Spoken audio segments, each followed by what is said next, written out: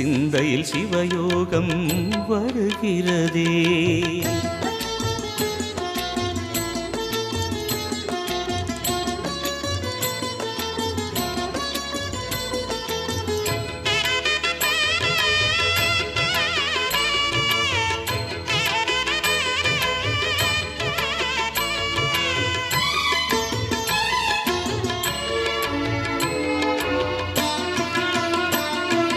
முடி மீது தீபமாய் மடி மீது ஜோதியாய் அடிவாரம் வெம்மையாய் உனை காண்கிறேன்.